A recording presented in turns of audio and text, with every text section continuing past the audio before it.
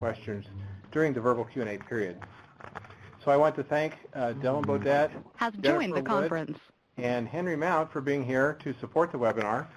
And Henry Mount is here, and I'm not sure how long Henry worked as a soil scientist, but he told me he's been retired for 13 years now. Mm-hmm.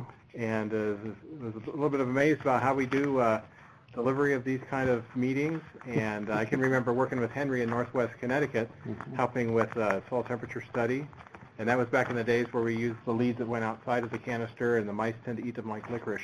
Mm-hmm. And that gave us lots of grief. So, Henry, I want to thank you for being here, and I'm going to turn the time over to you to start our webinar.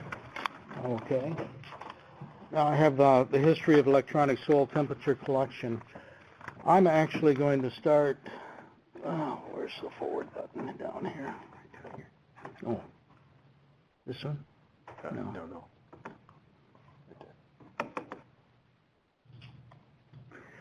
I'm actually going to start in 1990, even though I understand that there was a lot of soil temperature collected with thermistors before that time that were done in various states, and the results probably still reside in file cabinets somewhere.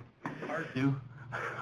So, but 1990 was the key date when I got involved with the NRCS Global Change Initiative. John Kimball was a coordinator, and he was nice enough to dole out monies for different projects.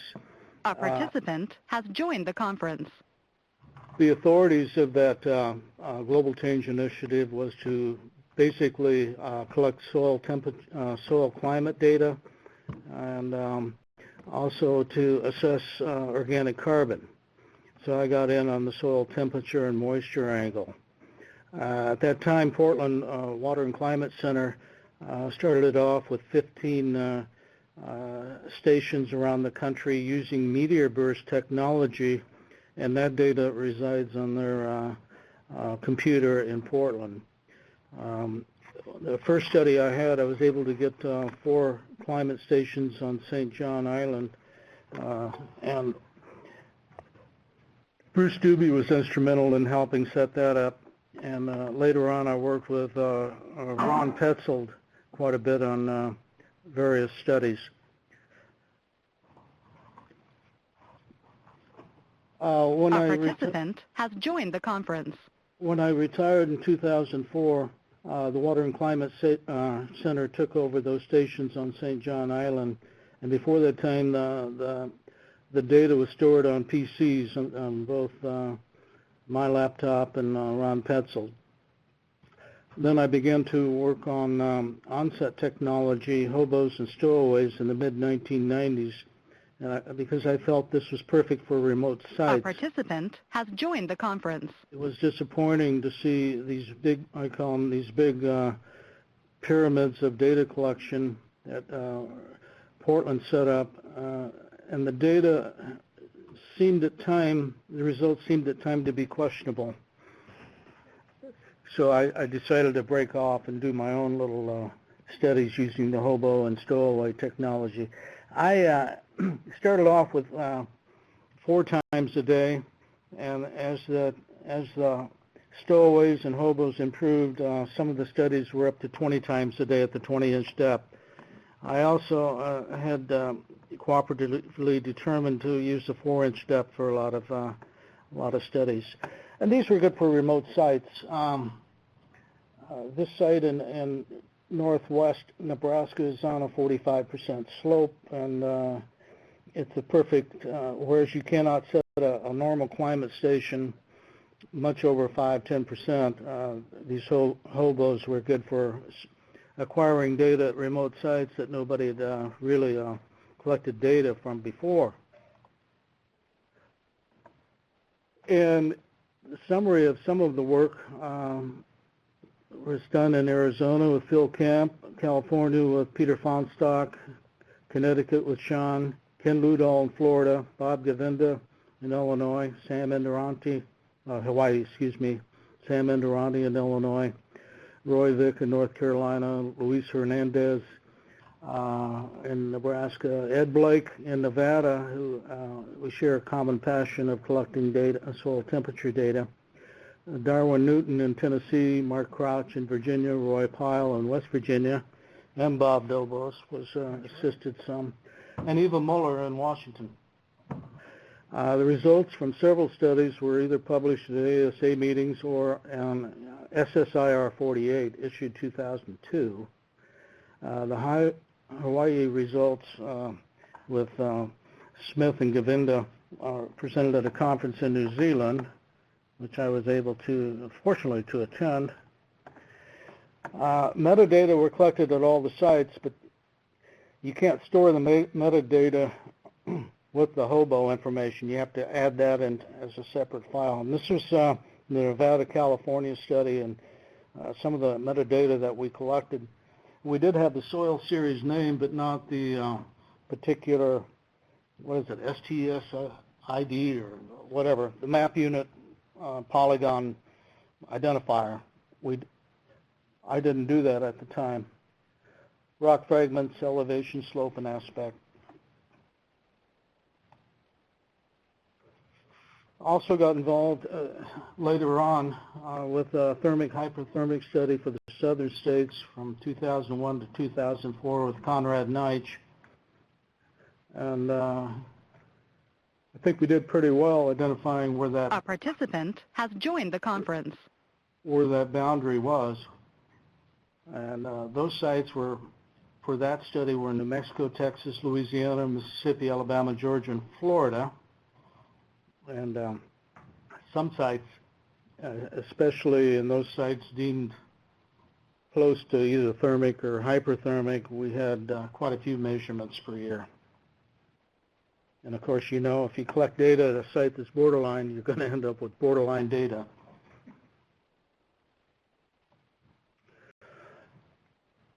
All of the data were summarized using Excel chart to show the graph from January through December with a mean based on the averages of 12 months, the mean summer soil temperature based on June, July, and August averages, and the mean winter temperature based on December, January, February, and a term called isotivity, which is the difference between mean summer and mean winter. This is only important for the ISO regimes. So, and that's not measured, it's calculated using the data. And I'm going to, nearing the end, it's always a question I never got an answer during my career. Should we work on significant units? Taxonomy at the time had it to the nearest whole unit, and that was probably appropriate in the days when very little data existed, but now you have measuring devices that clearly can go to a tenth of a degree, and I was hoping, well, before I move on in life at some point, to see that change to the nearest tenth of a degree Celsius / centigrade. Also, the standard condition, I worked a little bit on that. I never went anywhere. What should be the, quote, standard condition for measuring soil temperature? Should it be bare or bare ground, or should it be in grass? And I think the MET1 stations are standard conditions are all in grass, where you see the kind of station that NOAA puts out. I think it's in grass, but we don't have a really standard condition. Centigrade versus Fahrenheit is not a concern. Those units are easily convertible. What I do at scientific meetings, I always use centigrade, but among fellow soil scientists, I use Fahrenheit because it's still easier to mentally value the data. And that leaves us with the future. How much time should be spent on converting excess files into NASA's format? I have no idea how to do that. I do have quite a few raw data files, or I should say summarized data files at home. And I know they're safe for the time being, but every time my computer goes down, sometimes I worry that data is going to be corrupted and lost. So it'd be nice to figure out at some point what to do with it. Well, that's 11 minutes, rather fast, I know, but that's basically the history of electronic soil data collection from my viewpoint. Thanks for listening.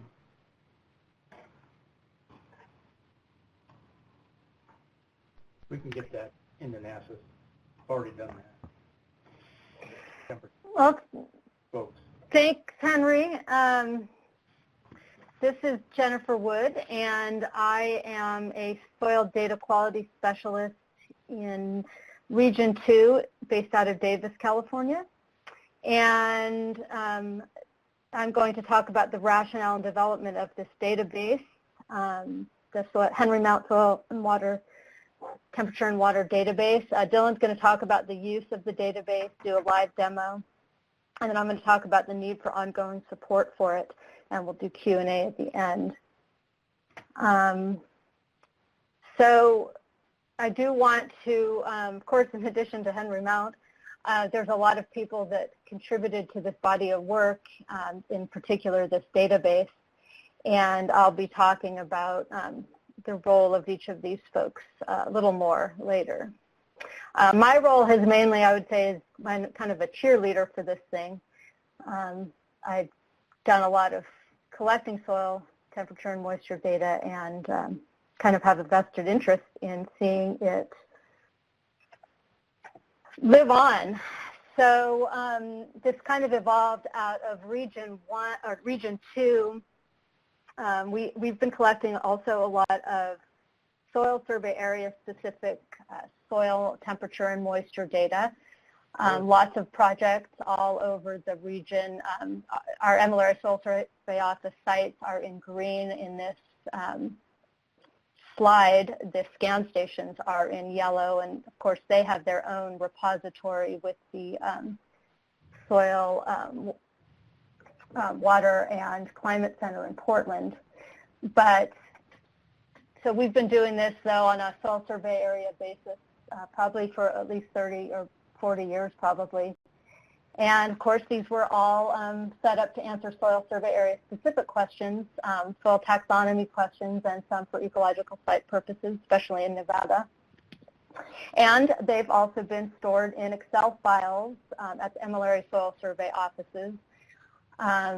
Although we have older data as well, paper data, and I think there's some floppy disks out there that we might have to retrieve. But definitely lots of Excel files all over the region. And I think we all know, what it takes to, a lot of work to install and monitor these things. This was up on the North Coast in California in the Bay. They set up a couple of sites in the subaqueous bay soils. This is actually a soil temperature transect we established during the beginning of the Sequoia and Kings Canyon National Park Soil Survey. It's a transect across the Southern Sierras. This is Chris Savastio from the Minden, Nevada office retrieving a soil temperature sensor. We put these where we did some sampling. This is a 5-day backpacking trip to cross the Sierras to collect these. But luckily we do have a lot of volunteers and people who are in shape who like to help with this kind of helping with these, maintaining these sites. This is a site at a private property that we, had a relationship with. He let us put this soil temperature and moisture site here. The nice thing about this site is there were no cows or no bears that bothered or potentially destroyed the site, which can be an issue in wildland soils. This is in Yosemite where you can't put posts up, and on the left here a fire had gone through the site, so there was a lot of looking for this, this particular sensor, and so much joy was expressed when we found our site. And on the right, that's Dylan Bodette and the MLRA Soil Survey Office leader, Teresa Kunch in Sonora. And these were established in Yosemite just at the beginning of the survey. Actually, I'm thinking as early as '93, and the locations weren't necessarily perfect. I don't think it had the GPS the first time around, so this was tough kind of refining these sites, and we've established them all, and we're going to try to see if we can keep these going for a long time. One of the things that Dylan has been doing is creating these predictive models. When you have a lot of data, you can add those into the, add the temperature data in, and pair it with the raster data to do some predictive modeling. This was up in, again, on the North Coast in Humboldt County, modeling the presence or absence of isomesic temperature regime. And this can help inform the mapping concepts and line placements. But we'd like to maybe, broaden that effort beyond, of course, just soil survey area specific projects to MLRA scale soil temperature modeling. And on the left you have California, and in the middle there's 3 soil survey areas that are in MLRA 22A, which is the Sierra Nevada mountains. And on the right, all the green areas are where the soil temperature sites have been established by the MLRA soil survey offices and kind of combined with a bunch of other climate stations that are mostly collecting air and precip and snow information. So there's an abundance of climate station data out there, and we'd like to be able to pair that maybe with our soil temperature data if we can. Of course, where we can't, since there's so much of it, we want to see if that can inform our soil temperature predictions. And this is a figure of the Newhall model being used to predict the soil temperature regime at each of these National Weather Service cooperative climate stations. And these all use, so the Newhall model uses an air temperature, soil temperature offset that if you're modeling a bunch of stations at once, it's all the same value. And we know after having looked at a lot of these where we do have air and soil temperature together that it varies, that offset varies quite a bit depending on the area, the site. And so we'd like to get after that soil temperature offset a little better, and then we can maybe start using this abundance of other soil or climate station data that's available. Another thing that you can use this, these data for is to validate things like this model that was put together by some folks at the center and other researchers using, again, the Newhall model to predict soil moisture regimes, and using future climate scenarios to predict changes in soil moisture with changes in the climate. So, of course, continuing to collect soil moisture and temperature data can help inform and improve predictive models. And of course, we want all those data in one place. So we can do that. And once we've taken a look at what maybe some of the model output is, then we want to look at our existing stations and our existing data and see where we might need to fill in potential gaps or missing information. So all of that screams for a database where we can pool all of this information. And of course, we just heard from Henry the vast quantities of soil temperature information that he collected over his time, and we know there's lots of other places in other regions that have these data, and they're starting to send that to us. And then when we came up with the idea, we needed a name for this database, or we wanted a name, so we decided to name it after Henry Mount, with his permission, of course, to honor his work at the center establishing this soil climate program, soil climate data collection program. So after we decided, okay, we're going to get going on this, we're going to need a user interface for this database. but really, the evolution of this, though, in Region 2, it started, this project to create this database and the interface started in 2014, but Ed Talon, our senior regional soil scientist, had been collecting the Excel spreadsheets from all of the soil temperature and moisture data from all of the MLR soil survey offices for a long time, and was kind of urgently saying, okay, we need to do something with this. And we brought Dylan on, and he started designing a database. And we had been in contact with Deb Harms, who was at the National Soil Survey Center in Lincoln, and who is now at the National Water and Climate Center in Portland. But she was able to get the funding from the National Soil Survey Center to fund a 2-year project through the California Soil Resources Lab at UC Davis.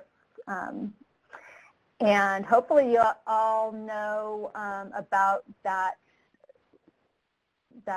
lab there in Davis, because they host, and that's through Dr. Toby O'Gene, and they host all of the great soil web apps, the mobile and online soil web apps, Soil Data Explorer, Soil Series Extent Explorer, great stuff there that a lot of people use to access our Surgo data. So Toby O'Gene and his lab were awarded the funding to create, store, and serve the Henry Mount Soil Climate Database. And again, Dylan designed the database and worked with the programmer in that lab, Mike Walkinshaw, to develop the user interface. And Dylan and I have been working with MLRA Soil Survey offices for the last couple of years to load archived data into the database that now accepts soil temperature, soil moisture, and soil water level data from both single and multi-sensor stations. And along the way, we also got some feedback from different offices about what they wanted to see in this user interface. So hopefully we've incorporated some of that into this. So now I'm going to turn it over to Dylan, who's going to talk about the design of the database, the use of it through the user interface on the web, and some uses of the data. And I'll come back later to outline the support that's still necessary for continued maintenance and development of this tool. Thanks, Jennifer, and everybody else. Good afternoon. My name is Dylan Bodette, and yeah, this has been a pretty exciting project that I think we're all very proud of, and it started just a little bit before what Jennifer mentioned at a Western Regional National Cooperative Soil Survey meeting. Someone threw out the idea of maybe we should keep track of all of these hobo data loggers and associated data files so that they don't get lost in filing cabinets or Excel files, because we all know there's quite a bit of effort to keep those things going. And soil climate's pretty darn exciting and useful. So we worked with Toby's group to come up with a very simple database that attempted to do a couple of things. So this is kind of a description of the database and also answering the why question. We wanted to provide an environment where we could fill in some of the gaps in SCAN and SNOTEL, recognizing that those installations and the data they collect are in a league of their own compared to the type of what I'm calling ad hoc, or essentially a single sensor or a small nest of sensors that are buried out at a remote location or installed at some kind of site that's occasionally visited. So these are non-telemeter data. We felt that we could come up with, okay, I'll probably get in trouble for saying this, but maybe a more appropriate place to put this style of data than in NASIS. It is possible to put soil climate data into NASIS, but its time series data don't lend themselves very well to that type of database. So we thought if we can create a very simple storage and management system that's then linked to NASIS using a NASIS user site ID, we would solve a number of problems. So this diagram highlights that really the Henry Mount Soil Climate Database, or whatever we end up calling it, is a collection of a couple tables, some sensor metadata, which for the time being have to be manually added or edited by me. Hopefully we can make this a little bit more flexible in the future. And then records in the metadata table have to be unique according to user site ID, sensor type, and depth. And then there's some very basic database logic, which then partitions the data into the various tables, be it soil temperature, air temperature, volumetric water content, or more recently we added water level data. So I'll go into what the Henry website is here in just a second, that provides a basic interface to view, search, summarize, and upload data. And then there is a very basic interface to downloading the data using R at the moment. I'll go into a little bit more of that. One of the nice things about using Toby's group for this website development and the database development is that it allows us to key into the kind of advanced and automatic backup systems that the Department of Land, Air, and Water Resources have. So we can be assured that the data are safely archived there. As Henry mentioned, that it only takes one corrupt hard drive to lose many years of hard-earned data. So I'll go ahead and switch on over. Maybe mention the user site ID again. Again, yeah. Connections analysis. Okay, yeah, I'll mention that one more time, that records in this database, the idea here is that we want to collect the minimum amount of metadata necessary to manage the data and link back to all of the other ancillary information in NASIS using the NASIS user site ID. So we certainly aren't trying to recreate any kind of wheels here. We want to link to the big wheel that we all dump our notes and data into. All right, so I'll go ahead and switch over to the website very quickly here. And while waiting, I'll mention that this website was initially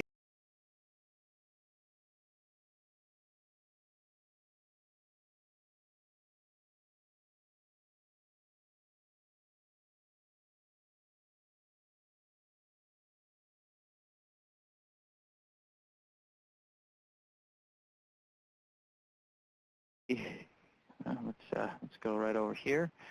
Originally geared toward, or the first phase of this website was internal. So NRCS, specifically MLRA Soil Survey office staff, as a tool for organizing their ad hoc soil climate data. The vision is that once we secure some additional funding to keep this thing going and finish the functionality that's currently missing, that this could be an interface for the general public to view maybe not all, but some of the soil climate data that we collect on this basis. The website's pretty simple, and I just want to say thanks again to Toby and his programmer Mike. I think they did an excellent job converting the sketches and ideas that Jennifer and I came up with into a reality. Essentially, you start with a map, and you can see these little clusters represent sensor information that we've collected from various parts of the U.S. We're still missing quite a bit from the Midwest and the South, so if you've got data that you want to see archived somewhere, give us a call. We'll be happy to add it. But folks up in the Northeast were instrumental in sending us water level data and convincing us that that was an important part of this website or of this database, so we added that in the last month. Since most of the original development was done in Region 2, you can see there's quite a few sensors here in Region 2. Clicking on the little clusters will then zoom in a little bit, and the sensors are further broken out into clusters.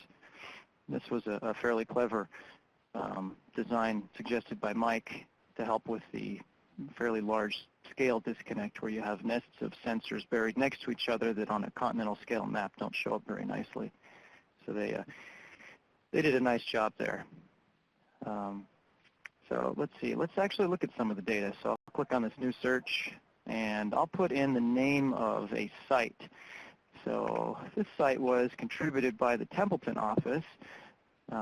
Genevieve there and the other staff have been installing these little mini weather stations all over their section of Region 2. And these weather stations collect both above and below ground data. I'll go ahead and click on a couple of these sensors and then click on the View Data tab, and then we can take a look at the results. Again, this website, while we're waiting here, is is predominantly a data management and a very simple summarizing tool. The exciting, or I would say the scientifically exciting aspect of this database happens kind of in a different place, I think, which I'll get to in a second. So hopefully everyone can see here we've got data coded by color, which represents a combination of user site ID, sensor type, and depth. And the website provides a very quick rundown of the number of records, some basic statistics, and then the ever interesting mean annual soil temperature, mean summer soil temperature, and mean winter soil temperature. These last three numbers are calculated using a slightly different approach than what I believe has been used in the past, where the data are first aggregated by Julian day and then aggregated across years. And this is kind of a compromise that we've decided upon to help deal with gaps in the data. One of the biggest issues with these sensors in remote locations is that batteries die, cables are eaten, sensors fail, and so in some cases you end up with fairly large gaps in your data. By averaging over Julian day and across years, you can smooth out some of those inconsistencies. It's not a perfect fix, but it helps a little bit. This interface allows you to select sections of the data and zoom in and zoom out. Pretty slick. Mike put this together. Again, it's just a simple interface to the data. By selecting a couple of, say, the volumetric water content sensors, we can look at those, and same idea, number of records, some basic statistics, and here you see the typical time series of volumetric water content in a semi-arid environment where you've got wet winters and very, very, very dry summers with an abrupt interface between the two and this nice dry down in the springtime. All right, so let's go over to this About tab. I mentioned that this website is primarily designed for uploading data. Well, before you can upload any data, you have to send me or Jennifer some very basic metadata for your combination of site and sensor. And when I say basic, I mean, let's see, 1, 2, 3, 4, 5, 6, 7, 8, 9, 10. 10 columns worth of data. Most important, NRCS user site ID, sensor type, and the depth of that sensor. A combination of those three things are put together to create a unique ID that's used throughout the database. The data can be uploaded in one of two formats. For a single sensor, you find the sensor, select it on the left-hand side here, and then provide data in a CSV file format that contains one column of dates, times, and one column of values. And the website does its best to try and split the data up using commas, tabs, white space, and I'd say it's fairly intelligent about accommodating a wide range of date-time formats. You know, a 2-digit year versus a 4-digit year with century, and so on. Seconds or just minutes. It can accept hourly data, daily data. It can accept hand-measured monthly data, whatever you happen to have. The multiple sensor format is quite a bit more flexible, and this file format allows you to, with just a little bit of extra work, provide a template up at the top of the file, starting with a user site ID and then a handcrafted header. Please don't do this in Excel. If you do it in Excel, it's going to do all kinds of crazy stuff to the file. But if you edit the first two lines in a text editor, you can specify, like I said, the user site ID and then the sensor type and its depth. This allows you to upload as many sensors as are associated with the given NRCS user site ID all in one go. So if you have a weather station, a little small weather station, this can save you quite a bit of time. And the idea behind uploading data like this is that most of these sensors and sites are visited maybe, well, at most twice a year, but typically more like once every couple of years or whenever you have a chance to do it. So we hope that this style of uploading data isn't too big of a burden given the frequency at which data are collected. Then we have this Download Data tab. Well, unfortunately, we ran out of funding to implement a slick web-based download interface, but that's okay because there is an R interface to these data. There's a very exciting tutorial here that goes through all of the different aspects of loading these data in using R, and then some examples, a narrative of why you might want to do that. So here we'll switch back to PowerPoint. I think I'm doing this correctly. Sean, are we looking at the right presentation again? Right. You're right. All right. So we could probably spend all day going over the exciting R interface, but very quickly, this interface gives you access to a function here, this fetch Henry function. So a one-liner basically will pull in all of the sensor metadata and soil climate data associated with the, say, Yosemite Soil Survey. You can bring in the same type of data by offices in charge of managing data. So, for example, the Region 2 Templeton office. There's other parameters for querying data by user site ID or start, stop times.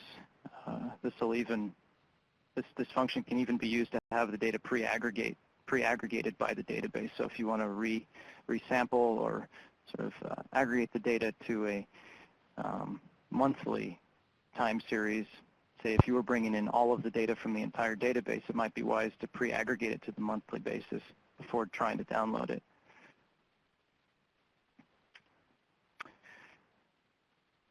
So this here is one of the many ways in which you can view the data in R. The tutorial I mentioned goes into quite a bit of detail on how to make and interpret these figures. Essentially, daily mean soil temperatures encoded with color. Each row in this figure is a combination of a site and a depth. So say down here, these are from the Sequoia Kings Canyon data set. Down at the bottom here of Muir Pass at 50 centimeters, we can see that's a pretty darn cold spot down at 50 centimeters up at the top of the Sierras. Let's see. Another representation of, in this case, volumetric water content data. I thought this was kind of a neat way of looking at it. Each panel here represents a different depth in centimeters, so 5, 10, 20, 51, 102 centimeters. Colors represent the daily mean volumetric water content. So these are percentages. And then each row within a panel represents a year, and each column represents a day of the year. So in one rather concise, albeit a little bit busy summary, you can investigate changes in soil moisture through time, across depths, and over the years. I think that's kind of an exciting way to view many, many, many thousands of rows all at once. Chase Govlin, who's worked on some of the tutorials, suggested that you can restate those same data and swap around the panels for the rows, and you end up with each panel representing a calendar year, and now each row represents a sensor depth. I thought that was pretty clever. Once the data has been loaded up into R, it's I'll say a simple matter, but a couple of lines of code to bring in contextual information from NASIS or associated maybe nearby scan or SNOTEL sites, or even kind of hypothetical or idealized water retention curves to convert these volumetric water content values into water potential, and then derive taxonomically relevant interpretations from those data. I think that's pretty exciting, and the tutorial covers quite a bit more of that, more than what we have time for here.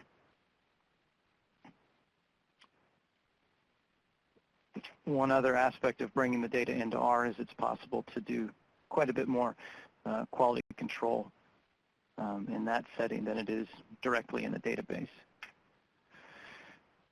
So this figure here represents it's kind of a fun figure describing how far we've come since we've started. So the first dot there at August 2016, that represents the backlog of data from Region 2 that Jennifer mentioned, and Ed Talon was instrumental in wrangling folks and filing cabinets to produce many of these historical data sets that go back decades.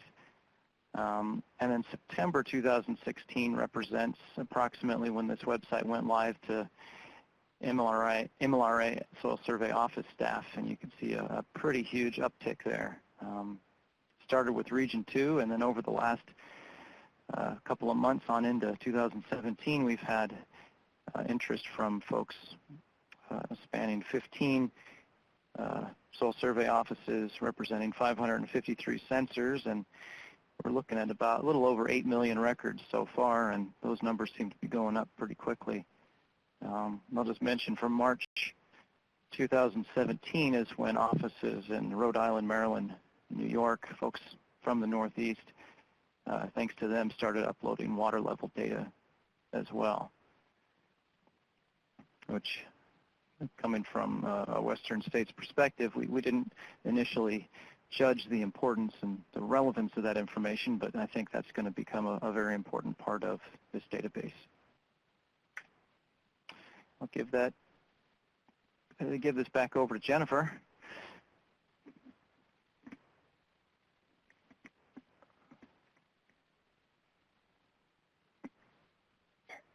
Thanks, Dylan.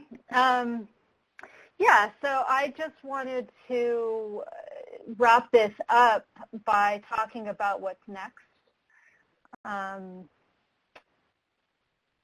People seem to be pretty happy about having this place to put their data and do some basic summarization functions. But we do have some ideas of things that we want to improve and work on a little more. Right now, the site and sensor data, the metadata for each location, is being sent individually, essentially, to Dylan to make sure it's in the right format, and then put into the database so that when you upload data, you have a site there to upload data to. And that would be, we'd like to have that on the website. The original prototype had it where you could actually upload your site sensor data as well.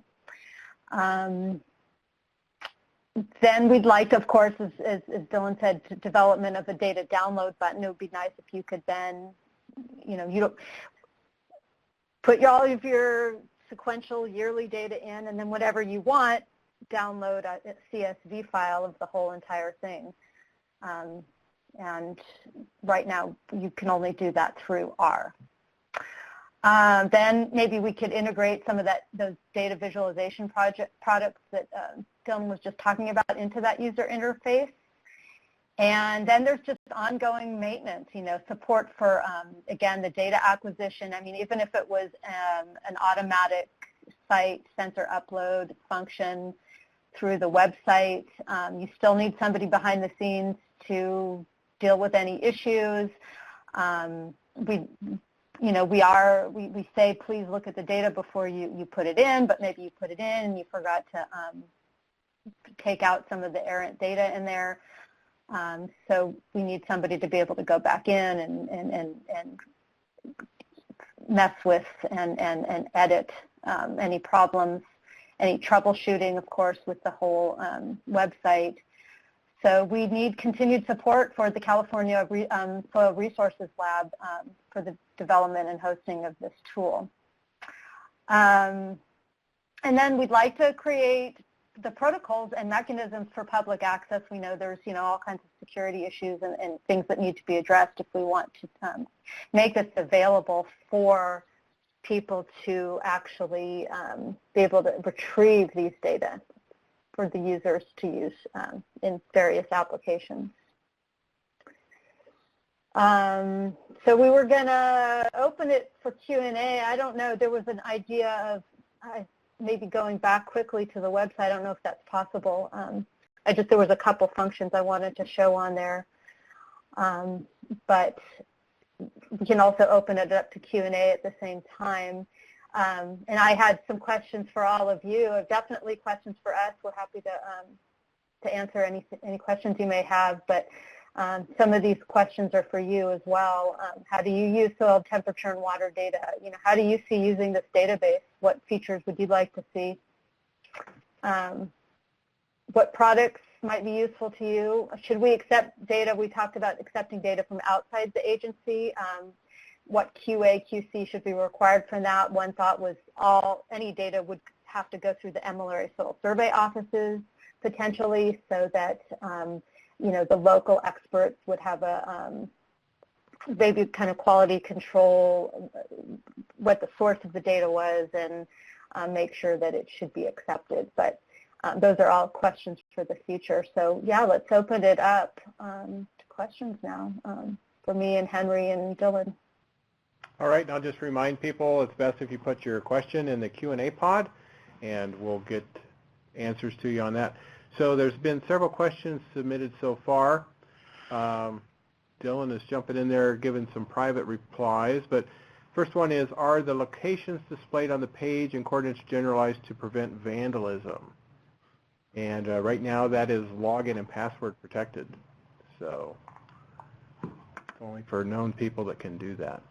Another question, have you analyzed any of the long-term sites to see if there is any long-term changes, like climate change? And Dylan has responded, not yet, but please do. Yeah. I think right now we're still in the phase of filling this thing up. The exciting work is the next step, I would hope. And then... I wanted to jump in about the first question. Dylan, I can't remember what we did with the locations, how far you can zoom in, and is there a fuzzing out of the exact location when you go real up close? I think we did. Yeah, didn't we? There's a little bit of obfuscation.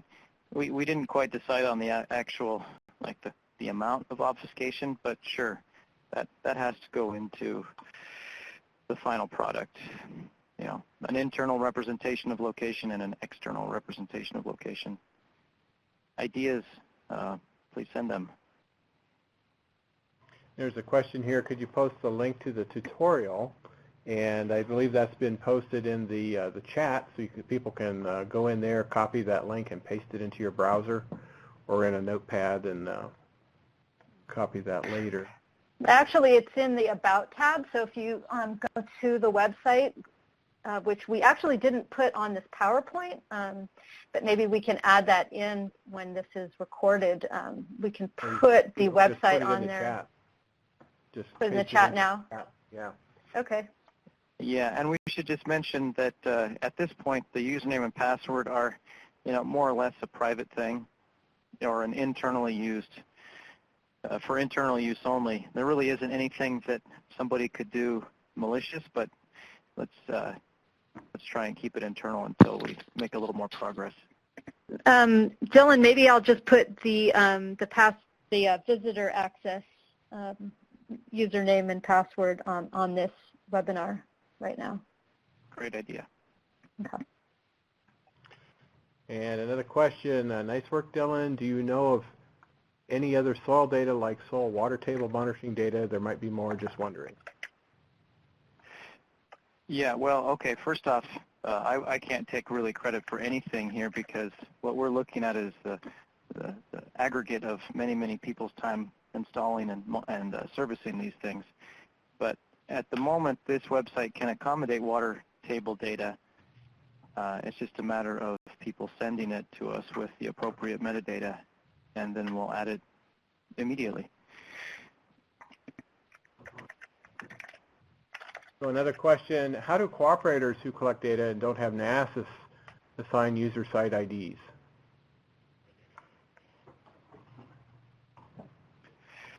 Good question. Well, so that's up to the nearest or most appropriate NRCS staff to figure out, right? We want to link to as much in NRCS as absolutely possible. So for the foreseeable future, NRCS user site ID is an essential piece of the metadata, I think.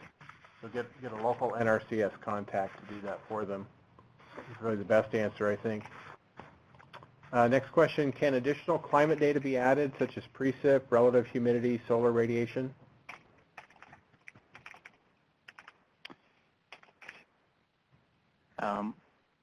Yeah, so funding is a limiting factor, but I suppose it's possible, but I'll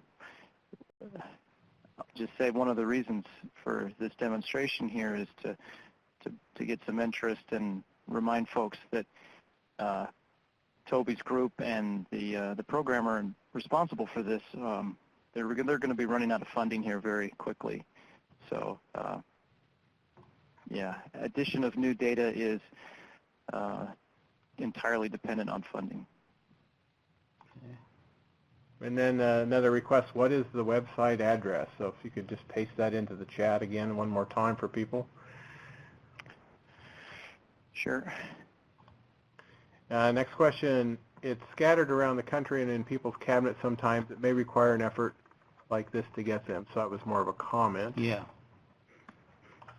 Next one, wet soil monitoring data, 10 investigators, 10 methods, perhaps even 10 data sets. Warren, Lynn, and I used to dream about one repository. Is that data in here already?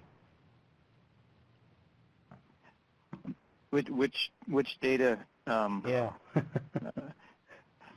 You know, really, the only thing preventing data from getting into this database right now is the metadata being sent to me, and then just a little bit of time used to upload it on the user's side. So is there any duplication if you know, somebody sent it in and then somebody else sends it from the same region? Any danger of duplication? Is there some sort of error protection on that? You know, it's still in its infancy, so the short answer is not necessarily, but the requirement for a valid NASA's user site ID is part of the process that we use to ensure data integrity. But, you know, it's really up to the MLRA Soil Survey Office staff to coordinate the data that they manage. So this is a place to put it, and you know, we all have to do our part to help coordinate it, organize it. But ideas welcome on how to ensure data integrity. Absolutely. So the question here on this, what's the syntax for the user site ID for this type of data? Yeah, it's nice that Guy Smith has joined us from Beyond the Grave. Yeah, I saw that. I think I know who that is. But anyways, well, the syntax is a user site ID from NASA. So whatever that NASA's user site ID might be, it could be the letter A, or it could be the national standard for user site IDs. We won't discriminate. And potentially a longer answer here. Discuss the best format for data display for water table data. Minus values to show below ground or positive values. All units in centimeters for water table data, and C for temp. You just expound on that some more? Yeah. Thanks, Jim. Well, I just mentioned that Jim here has been a Jim T, just to maintain the level of anonymity here, has been a great help in providing water table data examples and then commentary on how folks should format their data for uploading it. And I believe these instructions here are provided on the website, and if they're not, then they will be pretty soon. You know, we're trying to accommodate as many different data sets as possible, but at the same time enforce a very basic set of guidelines so that the data are internally consistent. All right, I got a question here in the room with me. Yeah. So I was curious about the definition of the soil moisture regimes and even the temperature regimes. Your opinion, should those definitions stay the same so that your data can show how, or these data can show how these are changing with time? Or do you think we should change definitions? Well, hi, Curtis. That's a great question, and probably beyond the scope of this database or what we're doing here. Personally, I would say probably, but on the topic of this database doesn't make any assumptions or impose any constraints that are brought forth by soil taxonomy. This is mostly about collecting, managing, and then analyzing the data that are collected. So I wish I had a much better scientific answer to that right now. Sorry. Henry, Jennifer, you want to add to that? I was impressed that you had collected temperature data showing isomesic and isothermic along the, I guess you still call it the fog belt or whatever of California. I always wanted to collect data from that area, but never could quite do it. So I was pleased to see that that has been collected. And it looks like maybe you didn't have any isohyperthermic. You need to go, well, that would be in Mexico, I guess. But yeah, I was impressed with that chart showing temperature regimes along the California coast. Keep it up. I think the beauty of this is that it's really just a repository for data, so we can examine some of those original categories, you know, which we all know actually serve us in pretty good stead, but definitely don't necessarily reflect the full story out there. Yeah, you know, missing from that slide was a depiction and actually the sensor data that Stephen Roker and others collected down in the Victorville office. They put together a very nice model down there as well. But we're hoping this database will help connect these sort of soil survey area specific models up into a much more comprehensive depiction of soil climate and for taxonomic purposes and for mapping purposes and whatever else folks can dream up. All right. Well, thank you to Henry and Jennifer and Dylan for your time.